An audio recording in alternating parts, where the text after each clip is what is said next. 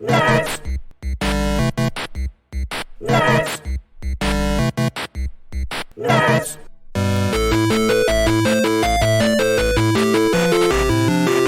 Nerds. Nerds. Welcome to the very first episode of Nerds of the Roundtable, and I know what you're thinking, everything looks super D&D. Yeah, we like D&D, but this is more so about just being a nerd and inviting other nerds to the round table. But today you're going to get able to know who I am. My name's Ryder, huge nerd, also on Fits in the Morning, 98.9 The Bull, as you can see up in... Whoop, there it is, right, Shade? Yeah, above that, I think you got it right. And right across from me is my man... Oh, I'm getting used to this area. Right across from me is my man Shade. He's known as the man in the What's box, up? but you're not in the box today. I'm not in the box. They're letting me play in the studio today. And, I mean, I'm really excited for this. Something that we had talked about doing for a little bit, but never really got the chance to do because of COVID and everything kind of slowing down, not being able to get into the studio and everybody else needing studio time. It's been a wild ride. Yeah, but now we get to do it. And so I just kind of want to dive right into all this stuff. I mean, this is the very first episode, so usually you're going to see a lot of different people come on the show. You're going to see a lot of different faces, and maybe some you even recognize.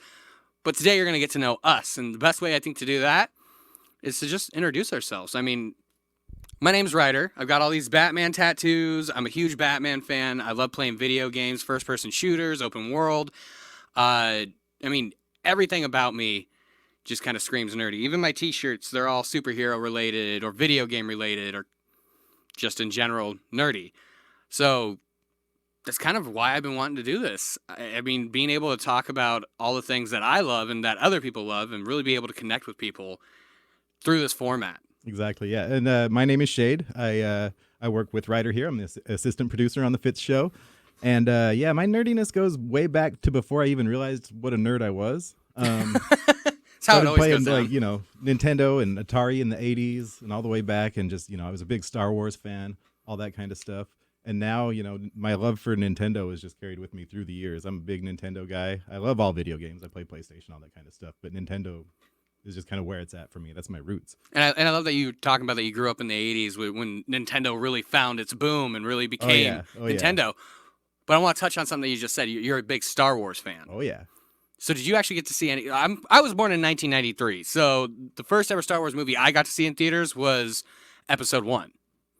But you, what was the first Star Wars movie you saw in theaters? I'm old enough, I actually saw Return of the Jedi in the theater, but I don't remember it. I was so little. That's awesome.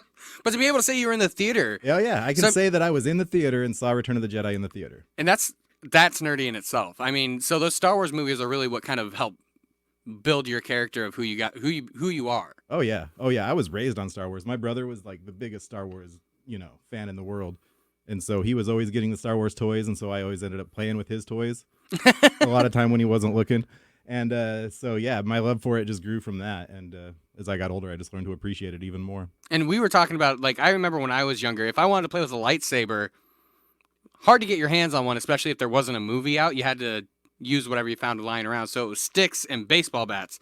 But you made me laugh because what did you use? I had a stick with tinfoil on it, and I tried to color it green in parts. See, you were smart. I grabbed a baseball bat, and I was like, hey, let's go outside and swing these at each other. Your friends are like, I don't want to fight you, Ryder. They're like, we're all using pool noodles, dude. Yeah. But you actually went the full length of making your own. I was trying. I mean did you know you were that close? Because in the original Star Wars movies, they just used a stick that was into this old, like, flashlight that they turned into a lightsaber to make it look like the hilt. And then they put foil around it, and it spun to give that light effect. Did you have any idea about it? No idea. So you were actually really close. I was just trying to make something shiny and cool looking. They're like, this damn kid knows more than we do right now. That's right. And I mean, obviously, Star Wars is super nerdy, but other things that I want to touch on, I mean, in this podcast, we're going to talk a lot about gaming. The next episode, I'm not going to tell you what it is right now. Towards the end of this episode, you'll actually know. But I want to know from you, Shade, because you are one of the biggest gamers I know. And not just gamers, you're a retro gamer. You go back and you dip your toe into everything. Yeah, I do. I still collect retro consoles. I love going to an old video game store and just flipping through the games. You see, nobody does that anymore. Yeah. So I wanted to ask you, man, what was the thing that turned you into a gamer? Which video game was it? Wow. Well, we know that I played, you know, like I started with Atari and the NES and that kind of stuff in the 80s. But I would say when I really realized that I was nerding out over this stuff was when the N64 came out. and Super Mario 64. Oh, I remember yeah. seeing it on display in a Fred Meyer, and Mario was fighting Bowser in 3D, and it blew my mind. I'm like, that looks just like a cartoon. And so I begged my parents for months, and I ended up getting that for Christmas. And so the N64 and Mario 64 really made me realize it was like my first own console, and I was just really, nerding out over it. And then when The Legend of Zelda came out, that really just took my life over. The Ocarina of Time. Oh, did you get the gold cartridge? I didn't. What? I know. I didn't get it. I was too slow on the draw. But I did get the gray cartridge. I have the original gray cartridge that has the music that's been banned. Wait, you still have it? I still have it. I actually was just playing it like 2 weeks ago. Dude. Most people are like still trying to find that on eBay right now. Yep. And they're never going to get mine.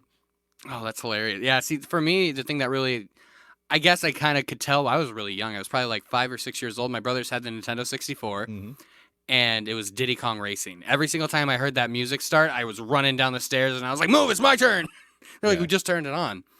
But besides Diddy Kong Racing, I don't know. I imagine you remember this because I'm a huge wrestling fan. Shade is 10 times the wrestling fan I am. Yeah, we're both wrestling nerds too. I was huge on No Mercy, and I don't know if you remember that game, but it came in a black cartridge, and you could play as all the original people. You had The Rock, you had Stone Cold Steve Austin, Rob Van Dam. I loved playing him. Jeff Hardy, Matt Hardy. That was like the epitome of what wrestling games could be. And I remember one time my buddy had that game, and I didn't. And I would go over to his house every single day to play it. I'd be like, hey, man, you want to hang out? Oh, no, I can't. We're getting ready to leave. Cool. Can I come in and play No Mercy? And finally, one day, I was just like, oh, hey, Mom, what do I have to do to get this game? Clean the entire upstairs, scrub down the toilets. She went and got it for me. And ever since then, it was all like, what's the next video game coming out? That is awesome. Did you ever play the WCW versus NWO World Tour or Revenge? You know what's funny is I did play that game, but long after I played No Mercy. Not long after, I guess a couple months after No Mercy started to fade out. I was like, oh, well, what's WCW? Because I really had no idea. I knew WWF at the time because of my dad. And my mom hated that I watched it. Yeah. And I finally got her to be like, okay, fine, as long as you know you can't do any of this stuff, you're going to end up hurting yourself and all that aside. So of course you end up doing that stuff with your friends. Yeah, of course. I was trying to do a swanton bomb off the top of the couch, maybe almost broke my neck once or twice. I may have hurt my brother's back with a sharpshooter once. That's his problem, though. Childhood. Yeah, I can't tell you. The crazy stuff I did during childhood trying to be either Batman or a Jedi, I probably shouldn't be here today. Yeah. We were hardened. So what video games are you playing right now that really just grabs your attention? And I have this thing where like I'm huge on Call of Duty Warzone right now. I've been sucked into that game. And it gets to the point where I'm like, oh, I'm going to sit down and play for an hour. And that's around like 4 o'clock in the afternoon. And then it's like, oh, man, it's now 4 o'clock still. How did that? Oh, it's 4 a.m. Okay. So, I mean, like, what kind of game is doing that for you right now? Honestly, it's kind of funny because we're talking about new games, but it's a new old game. It's the Mario 3D All-Stars collection. Oh. I picked it up like 2 weeks ago. I've already beaten Bowser in Mario 64 and Mario Sunshine, and I'm working on Galaxy right now. See, I remember when you were talking about the fact that you pre-ordered that, and I mean, how does pre-order? Because in my world right now, you just go to the online store and you buy it, and it's there. But you like to have the physical copy. I do, yeah. And if I can get a physical copy, I prefer it. And some people might say that like that's retro in itself, but the physical copy is still, I think, awesome because you can take it with you, you can put it into other consoles that maybe your friends have. What is it? What's the main thing that pulls you to that physical copy? Kind of, I guess, because I grew up with physical copies. I actually really miss the manuals. Like a game would come with a box, and you'd get that manual, and they would be in full color. It'd have a story in it. You kind of read up on the backstory of the game, have the enemies, all that stuff. Like flipping through the manual was part of getting a new game for me. Yeah, that's the weird thing is like. Even now when you buy like a physical copy, you don't always get the manual anymore. No. You get like a one sheet of paper that's just like, I hope you have fun. And then it'll say, oh, if you want to look up the manual, you can go to this website. Yeah, that's fun. I miss those days. I do too. All right. Well, now I also want to know another thing. What was your very first console? Because, I mean, you're a retro gamer, and I know you probably still have it. Because, I mean, if you have Legend of Zelda, there's no doubt you have your old console. What was the first one you ever played on? The first console I ever played on was the Atari 2600. What? The Atari 2600. I have no idea what that is. Well, it was the Atari 2600. Have you ever heard of the game E.T.? Yeah. It's supposed to be the most horrible game. Yeah, that was one of the first games I ever played. Oh, it was on that. And I didn't know it was a bad game because I was just a little kid. So I'd sit there and just play over and over and be like, why do I keep falling in these stupid holes? But that's kind of Atari. Like, you didn't know what you were doing in Atari. You would just go around and do stuff until you got bored and turned it off. Yeah, it was open world gaming, but it didn't mean to be. No, it was I mean, there were some good Atari games. Jungle Hunt I liked, and like Space Invaders, Defender, those were fun. But yeah, I played way more ET than I should have because I didn't know better. Yeah, I remember when my mom had brought home an Atari for me, but it was one of those ones where it had like the red and blue little cords or red and yellow cords on it. You plugged it in and you just went with it. But I didn't realize, I thought it was a new gaming system. And my mom was like, no. We had these when we were little, but this is just the one that comes with all the games in the box. And it was like one of the newer versions. I think they still sell them like on the corner, not the corners of Walmart. It's not like somebody's standing up being like, hey kid, you want one of these like retro Ataris? But like they were like on the little corner aisles. Like I think you can still find them. But yeah, they're around. All the preloaded games. But man, the first console that I remember playing was probably Super Nintendo.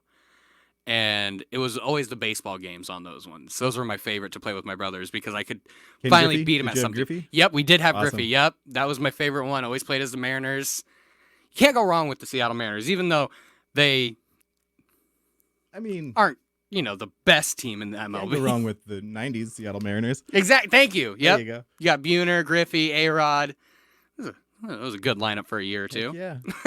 I didn't even live here at the time, and I know that was a classic lineup. Because you look back at it in those days in the 90s, baseball players were the superheroes. Those were the people you wanted to be like. You wanted to be a professional baseball player. You wanted to be the best of the best in the MLB and be an all-star one day.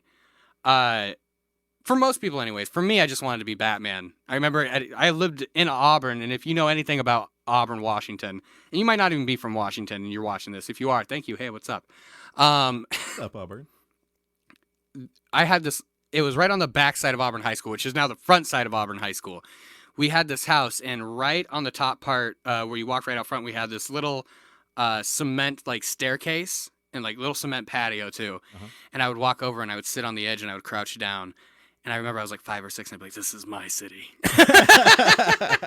I've never admitted that to anybody. Everyone's but like, what's Ryder doing on the porch? Like, he's brooding. He's brooding. He's getting into character. So, for me, my favorite superhero of all time is obviously Batman. But I love Spider-Man. I love Wolverine. Superman even though some people don't really understand that character. You always have interesting versions of favorite superheroes, but there's some that we really bond on. Who's your favorite hands-down superhero? I agree with you. We're both Batman fans. Yeah! I would love to have like some sort of like other, point of view here, but it's Batman. It's Batman, dude. He kicks. Are we PG? Sorry. We're PG-13. We can say ass. Batman kicks ass. He does kick ass. Otherwise, I always thought the X-Men were really cool. That 90s X-Men cartoon was awesome. So Wolverine was my guy back in the day. It was a reason to wake up on Saturday mornings. Spider-Man is cool. Mm-hmm. Don't really like Superman. I'll be honest with you. Why don't you like Superman? For one, he's not a man. He's an alien. He's got the equipment of a man. He's shaped like a man. He's very much shaped like a man. Yeah. But he's not a man. He's Superman, but he's from another planet. Super alien. Yeah. Would you rather be super alien than you get in on the character? No. At some point in this podcast, I'm going to figure out a way to make Shade like Superman. It's just going to happen. All right. So we went over our favorite superheroes, and there was one other thing that I'm kind of curious about. And again, maybe you didn't really notice you were doing it, but what was the first thing you ever collected? Oh, boy. Probably Star Wars toys. Really? To a degree. Even though, so like, I remember you just said not that long ago, you were not collecting, you would go and play with your brother's Star Wars toys. And that was the problem. You didn't have your own. He didn't like that. Oh, okay. And so I was always wanting to play with his toys. Did you ever steal some? I did. I feel really bad because it's not Star Wars. I broke the thumbs off of his Indiana Jones action figure and never told him and just put it back in the thing. And years later he found it. He's like, what happened to my Indiana Jones? Like, dude! I don't know. That's crazy. Did you pull Chris Farley and go, what'd you do? What'd you do? Yeah, I think I finally copped up to it later. But yeah. So, on the topic of superheroes, what are you looking forward to coming out soon? Obviously we're in the middle of COVID. There's not a lot of superhero movies coming out, but there's Black Widow, there's Wonder Woman, the Batman movies sometime in October. There's going to be a new Spider-Man 3 movie, which I don't know if you've heard, but Jamie Foxx might reprise his role as Electrode from Amazing Spider-Man 2. Ooh, from the Amazing Spider-Man. Yeah, isn't that weird? That is super weird. I think they're gonna now. Have on Netflix? If you haven't seen it yet, and you have Netflix, go watch Spider-Man Into the Spider-Verse. Even if you're an adult and you're like, cartoons don't do it for me, go watch it. It will blow your mind. Have you seen Into the Spider-Verse yet? I haven't yet. Go home and watch it today. I think they're gonna try and do that live action. I'll make it a goal this weekend to watch it. Basically, it's all these other Spider-Man coming into one universe and having to work together to try and save it, but at the same time save themselves because they're not meant to be in that universe. So they're like glitching out. They're not supposed to be there. So like they only have so long until they just poof from existence. I heard it was really good. Doesn't even like Spider Pig make an appearance? Spider Pig is in it, yes. And I'm Okay. pretty sure, I don't know, you can correct me if I'm wrong. I remember there was Frog Thor. Thor had gotten turned into a frog by his brother Loki. That was a comic book thing. They did in some of the cartoons. But I had never seen a Spider Pig until after the Simpsons movie. I think it was like, 2010, 2009? Yeah, it's around there somewhere. It's got to be. And they did the Spider Pig does whatever a Spider Pig does. After that, all of a sudden, I started seeing Spider Pig everywhere. And now, yeah, Spider Pig is Into the Spider-Verse. That's awesome. Okay, I'm checking it out just for And Spider Pig. Just to even throw you through even a bigger loop, guess who guest appearance into the Spider-Verse as Noir Spider-Man? Ooh. Nicolas Cage. No. He plays Peter Parker. Oh my God, that's awesome. It's such a good movie. Okay, I'm in now. You got to go check this movie out. Watch it. Tell us what you think about it. But first of all, you got to know they might try to do this live action, which would be amazing. Not only would you get like all these different Peter Parkers, but there's a rumor that Tobey Maguire would come back, Andrew Garfield, That would be mind blowing. Tom Holland would be Spider-Man. I mean, there's no telling who they would bring into this because I mean they're doing the same thing over on the DC universe side. If you watch DC fandom, or maybe you don't and you just heard the news, the Flash movie is going to bring back Michael Keaton's Batman. So they're doing this everywhere. They're crossing this multiverse that has existed in comic books for so long that now they're starting to show it in the mainstream light. They're like, hey, all these characters exist within the same type of universe. It's a multiverse. I can't wait to see Michael Keaton do that again. I mean, because that was my first real superhero movie that I geeked out over was the '89 Batman. Yeah, that was my first Batman, right? And I know Adam West. A lot of people hate on the Adam West Batman. You can't. But you can't because it was meant to be campy. It was meant to be for kids. It was meant to be fun. Now, it's not Batman as we know it today. Well, and if you look at the comics, there were eras where there was like the smiling Batman. There had to be. Like, hey, kids. Yeah, look, when somebody's going, hey, old chum, it's for the kids. And I think a lot of people that watch that don't realize that they were intentionally being campy and intentionally being corny. And I then think people think it's trying to be serious, and it never was. Yeah, and then they found a way to bring it back with Michael Keaton's Batman, and then they lost it again with Batman and Robin and Batman Forever. But then they regained it again with Bale. But, okay, we're talking too much about Batman. So the next thing. That might happen. What nerd movie defined you as a kid? Now, it doesn't have to be superhero related. This could be anything on the spectrum. If it was a video game type of movie. I mean, I can tell you right now, I used to go over to my grandparents' house, and they had this weird little cabinet where you pulled it out and had all these VHSs. They had hundreds of movies. The only one I watched every time I went over there, and Shade's going to make fun of me, watch his camera, was the Super Mario Bros. Movie. Over and over and over again. I'm so sorry. I loved that movie so much. It's such a bad movie. I remember being excited for that movie. Oh, and then when I finally watched it, I was like, I don't think I like this. It wasn't a good movie. Like, weird. I remember telling people, like, you got to watch it. You got to check it out. Like, it probably still holds up.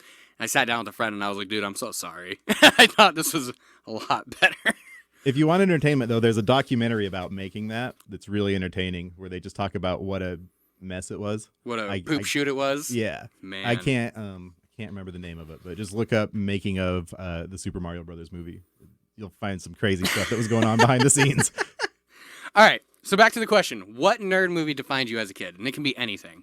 Well, I was gonna say Star Wars. But one thing with me is Star Wars is always going to just be under the layer. Mm-hmm. So after I thought about this a little more, I think it was actually the Teenage Mutant Ninja Turtles movie. Oh, the original, I was into that. When it came out, the live action, I was like, this is the best movie ever. What was that line in the Ninja Turtles? That one always stuck with me. I used to use it all the time. Wise man always said, forgiveness is divine, but never pay full price for late pizza. I used that on a pizza guy once, and he was like, cool, $29.50. He's like, yeah, never heard that before, kid. But yeah, that one was I remember seeing it in the theater, and I was just like, "Oh, it's the Turtles!" Trying to get my family to watch it later, and they're just like, "We don't want to, Shade." Oh, I completely skipped over something. I asked you like not that long ago. I'm sure people might be wondering like, what the heck, dude? What movie are you excited to see come out? It can be nerd related. It doesn't have to be superhero. It can be anything. I am actually really looking forward to the Batman. Yeah. I wasn't sure about Pattinson, but then I saw that trailer, and it feels like they got the tone right. Talking about that little sound that's. Here's the thing. I've seen so many incarnations of Batman, and you always kind of wait for them to go, "I'm Batman," or some kind of version of that. You know who never did it? Who? Ben Affleck.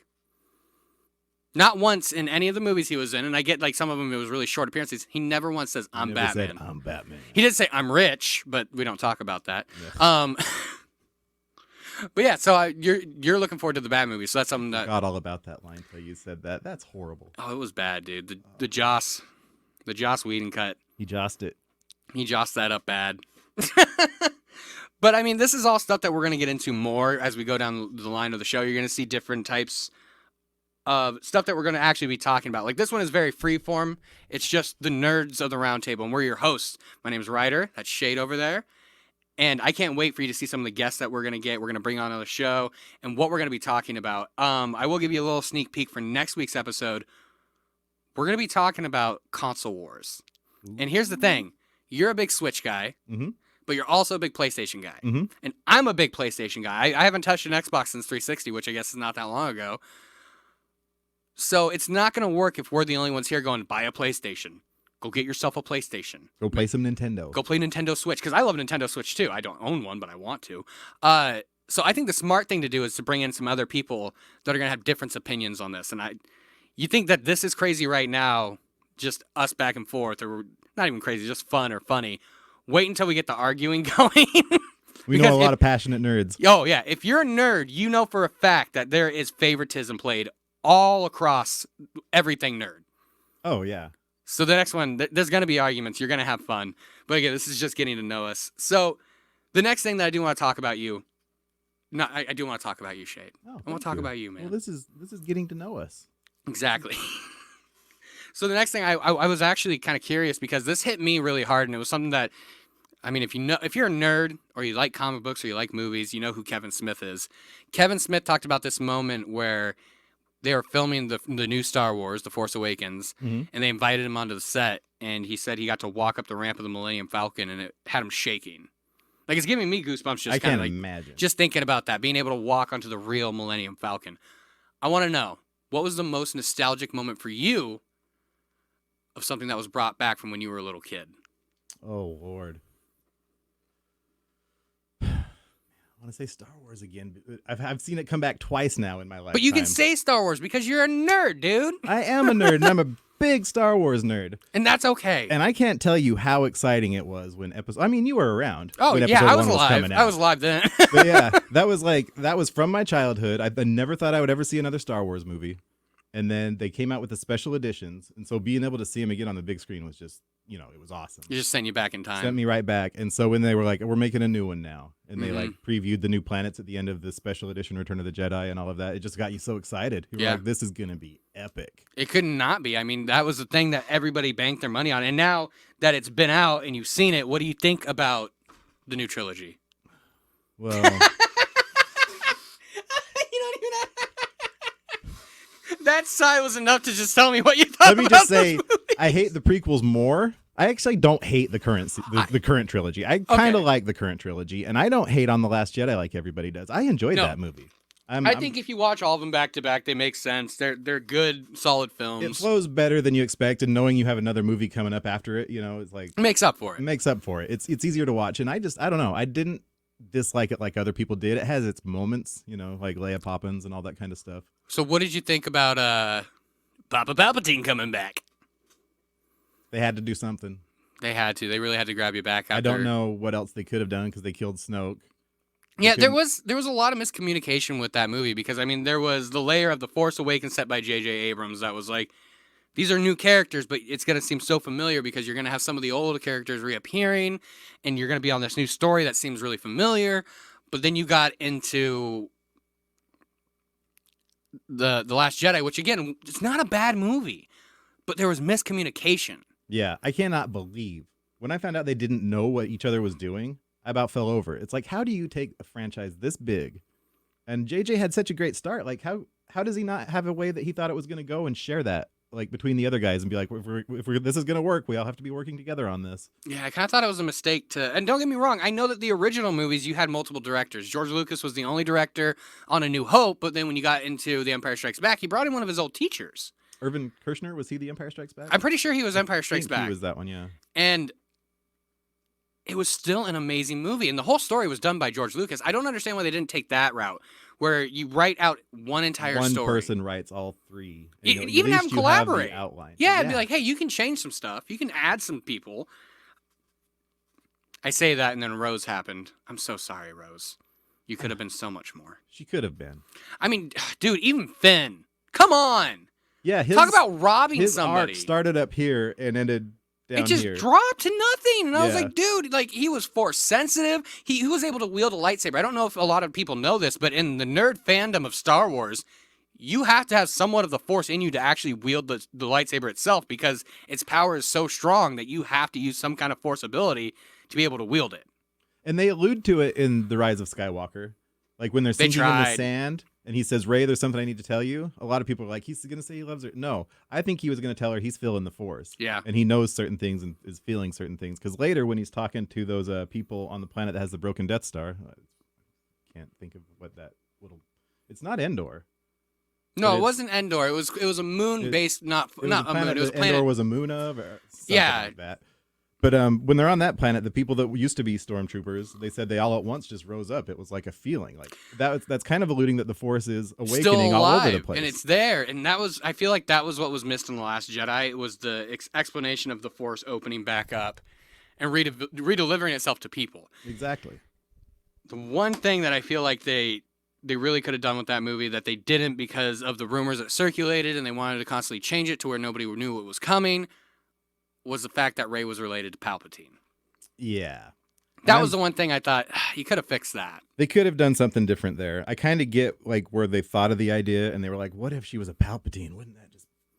Yeah. But they needed to think on it longer. Well, that people were idea like, well, why wasn't she could have been related to Obi-Wan? And now, don't get me wrong, that would be awesome, but it makes no sense because you take what is it, an oath of celibacy when you're a Jedi. Well, not celibacy. You just can't fall in love. And that was kind of Obi-Wan's thing. So maybe it could have been... Maybe Obi-Wan wasn't looking for love. What if they introduced something where her was it her father that was related to Palpatine? Yeah. What if they do some sort of hook where it's like Obi-Wan had a secret daughter and that was her mother? I would have been fine with that. Because, I mean, did you watch Clone Wars yet? No. I'm giving you my Disney Plus I'm not giving him my Disney Plus login. I'm giving you my Disney Plus login. And then you got to watch it. I have a Disney Plus login. Oh, okay, never mind. Go watch it, dude. It will blow your mind. That series itself was not intended for kids. I've heard that so much, and the nerd that I am for Star Wars, I really do need to watch it because you should, because there's a woman in there that Obi-Wan falls in love with. Oh. And there's a love triangle, including Anakin Skywalker. Of course, that punk. But yeah, I mean, I can understand on a level of why they did what they did. It makes sense. It brought it to a comfortable close. The story's there. I rewatched the movies again. When it's Star Wars, man, you have me hooked. It's the same thing with Batman. I enjoy them. Yeah. And you can sit there, and that's what's kind of fun about the Star Wars movies is there's so much to it. You can sit there and break them down all day. Mm-hmm. But when it comes down to it, when I sit down and I turn out the lights and I turn on the sound, that Star Wars hits, I'm in, and I enjoy it the whole time. And I'm gonna do it every time I watch them. I love that. That's how it is. See, this is what the Nerds of the Roundtable wants to bring you: is nostalgia, comic books, movies, video games, everything in and around it. And yes, I did mention Call of Duty a little bit earlier. We're about everything, man. You can be a nerd about anything, and it fits onto this table. Now, as you can see, it's not a real round table, but metaphorically in our heads. Kind of round. I mean, this side's a little round, sort of. We'll pretend. We're nerds. Yeah. Let's pretend. But I'm really excited for you guys to be able to see what's going to happen on the show. I mean, Wingnut from Middays on the Bull, He's even going to jump in on this podcast. Part of me thinks I'll be able to get Drew on this podcast. from Oh, Fits in Drew the would be a Morning. fun guest. I don't think that he really would want to do it, but here's the thing. That dude is a movie nerd. Big time. If I mention Tron, he's going to go off on an hour tangent of, oh, this is the way that they should have done it when they brought it back, and Jeff Bridges was perfect, but he should have had a bigger role. Oh, his knowledge is 80s movies, too. Yeah, he goes way back. Oh, he knows yeah. a lot about these old It'll movies. psych you out, man. Yeah. So, hands down, sorry, I'm kind of straight away because we got really excited talking about Star Wars. Hands down, the thing that was most nostalgic for you was them announcing that new Star Wars was coming back in the theaters. That was one of the most exciting, nostalgia, revisit, coming back things. And that was, I learned my lesson. See, the same thing happened to me, and funny enough, and I'm sorry, it was Batman, okay? When I was probably like 5 or 6, we went to Warner Brothers Studios in California, and I got to see the 1989 Batmobile. Awesome. Not the 1989 Batmobile. It was the Batmobile from Batman Returns, so it would have been the 1992 Batmobile. Oh, still awesome. It was so amazing, and I remember being starstruck and looking at it. They had the red rope, so you couldn't get too close to it, but it just blew me away. And then in 2016, right before Batman v Superman came out, I was able to go down to San Diego Comic-Con for a Funko Pop fun days. They do it every year. They weren't able to do it this year, but they usually do it every year. And right outside was the new Batmobile for Batman v Superman. Oh. And I remember running up, and I ran all the way to get there because it was late. They were getting ready to close off the street, and they were getting ready to cover it up. And I was like, can I just get a quick picture? And they were like, yeah, but just make it fast. And I was looking around. I was like, can anybody take this picture for me? And I sat there, and I'm like shaking as I'm holding the guardrail. I'm trying to smile, and I'm trying not to cry. Because I'm just like, dude, this is so surreal. It's the Batmobile. It's the friggin' Batmobile, man. I mean, granted, I love Batman v Superman. A lot of people have problems with it. I love it for what it is. Justice League was horrible, but thank God we're getting the Snyder Cut on HBO Max. This is not a plug. This podcast is brought to you by myself and Shade. We have no money. Yeah, we really don't. This is all we can bring you. And I'm really excited for the future of this podcast because not only are we going to be doing these podcasts, but soon you're going to be able to watch a stream on Twitch too. It's in the works right now. I'm going to be doing Call of Duty stream. I'll be doing the new Spider-Man game stream. You'll be able to do so anything. much. I'll jump on and play whatever. I don't. You guys will be able to hang out with us live and talk about this stuff, man. That's going to be sick. So we talked about it. We gave you a little hint in case you skipped all the way to the end because you didn't want to hear us ramble. The next episode of Nerds of the Roundtable is going to be myself and Shade doing console wars. Ooh. But we're going to need a little bit of extra help. So we're bringing in Wingnut, and we're bringing in our digital arts person. Or I call it digital arts, but it's more than that. It's digital. We're just going to call it digital. Digital tech smart guy. Yeah, Seth. Now this dude, you think we're nerds. This dude is 10 times that, and he's got knowledge like you wouldn't believe. So if you don't even know what console you want to get, come hang out with us next time, and we'll walk you through it. Yeah. But I think this is good. We're going to do like modern console wars, right? Modern consoles, yeah. Modern So we're going to be console talking about what is the next console, the next gen console that will work for you. I'm still undecided. You haven't decided? I thought you were going to go PlayStation. I don't know. I'm going to watch. You're going to wait and see. I'm going to wait and see. Yeah, we'll me save too. We'll save this conversation. I'm totally undecided, and my Yeah. pre-order on Amazon for the PlayStation Maybe 5 you is decided still- next time we talk. All right. So if you want to see what Shay's going to get next time, tune in.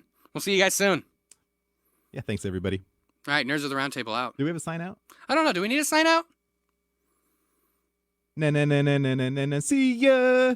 We're nerds, We're nerds. of the Roundtable. All right, that's it. whatever. We'll work on it next time. Nerds. Nerds. Nerds. Nerds.